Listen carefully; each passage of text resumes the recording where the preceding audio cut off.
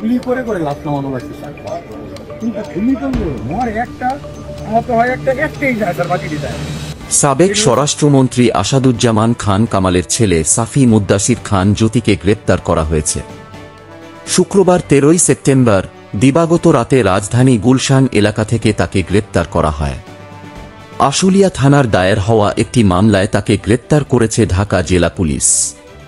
বিষয়টি নিশ্চিত করেছেন ঢাকা জেলার পুলিশ সুপার এসপি আহমদ মুইব।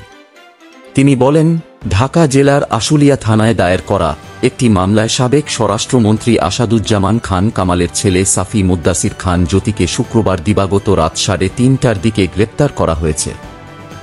তাকে জিজ্ঞাসাবাদের জন্য রিমান্ডে নিতে আদালতে পাঠানো হবে।